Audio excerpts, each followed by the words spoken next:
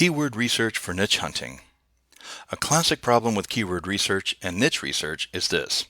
When everyone is using the same tools, everyone is working off the same results.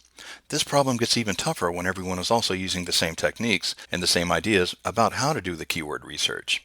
With most keyword research tools, words are connected semantically by language. In other words, they're not connected by meaning, and there's no nuance. A search term for something such as lose weight will start to illustrate the problem. Google's keyword tool shows us plenty of terms that are connected linguistically. But even doing a basic search on the term shows us keywords, phrases, entire niches, and ideas that are not revealed. Excessive weight, obesity, diabetes, eating disorders, foods not to eat, etc. How do we get around that? Google's keyword tool gives us some options to begin. We can select a particular keyword, that's returned, and then have it search further on the term as well as some other type of iterations. We used to call this deep digging, but that still leaves the vast majority of terms, phrases, and ideas hidden and undiscovered, and truly, that's where the gold is. I can't suggest strongly enough that you spend some time on a resources blog and play around with some of the keyword and niche idea generators, etc. And I'll tell you from plenty of experience, it takes time playing around with some of these tools and applications, pairing them together and using the results from one as an input for another, etc., before you really start to become adept at finding the things that others don't. And one more time, finding the things that others don't means getting to the gold. To illustrate this idea one more time, it's that important. Let's go ahead and try this. Consider a search for vocational training, career training, professional development, or thousands of other niche and keyword terms and phrases. Here's what you won't find. Products related to those niches that don't use those words. People and personalities related to the niche or words. Slang terms used within those industries and areas of interest. Titles of courses, books, or products that are prominent within these niches and areas. One more easy to visualize example, classical music. You won't find much in the way of composers, classical music ensembles or groups, famous classical music arrangers or musicians, names of songs or sheet music, instruments used for or associated with the genre. I hate the term thinking outside of the box. It's one of those phrases that has been overused to the point of deafness. But the truth is, thinking outside of the box is how we get to the gold. Physical products. Generally, if it's related to something you can buy from Amazon, it's a decent topic for a blog. Look around that website. If you've ever bought something from Amazon, they're probably begging you to buy more of it. Ask yourself if it might make an interesting niche. Normally, you'd need to dig very deeply to find a site and find things that are very specific and then drill down to something more profitable.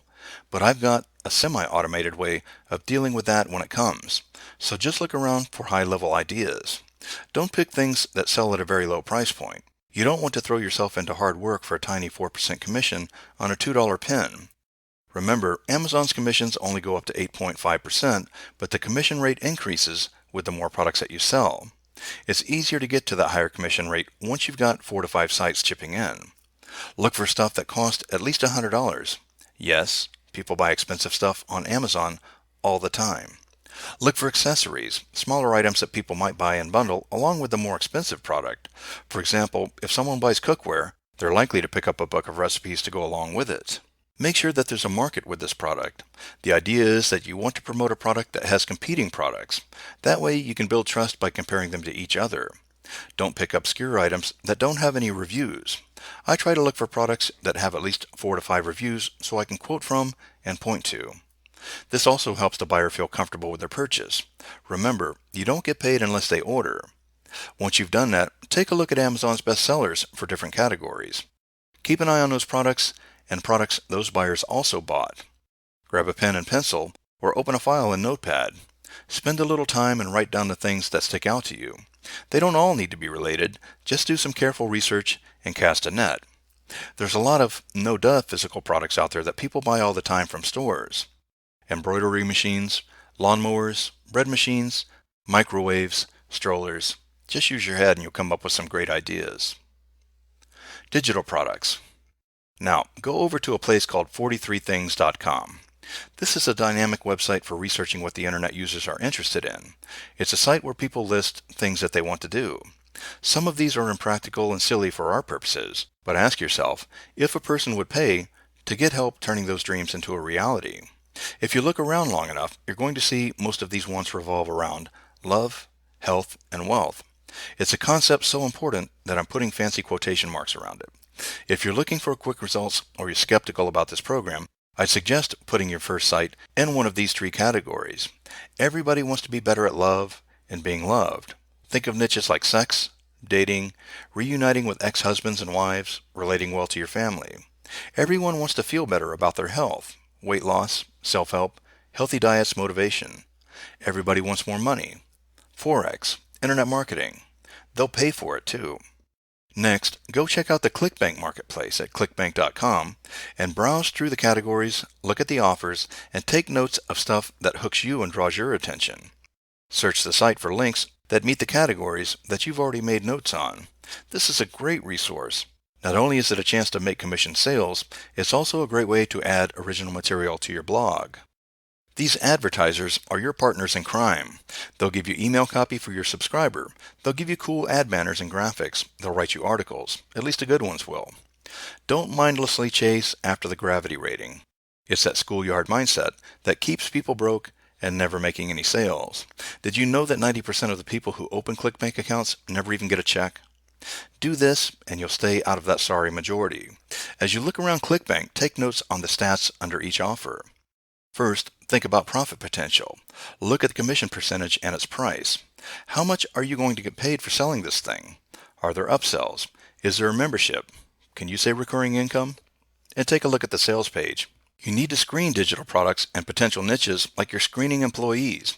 You're building someone's mailing list. You're getting people to buy their stuff without them having to lift a finger, so it better deliver. How many good products are there?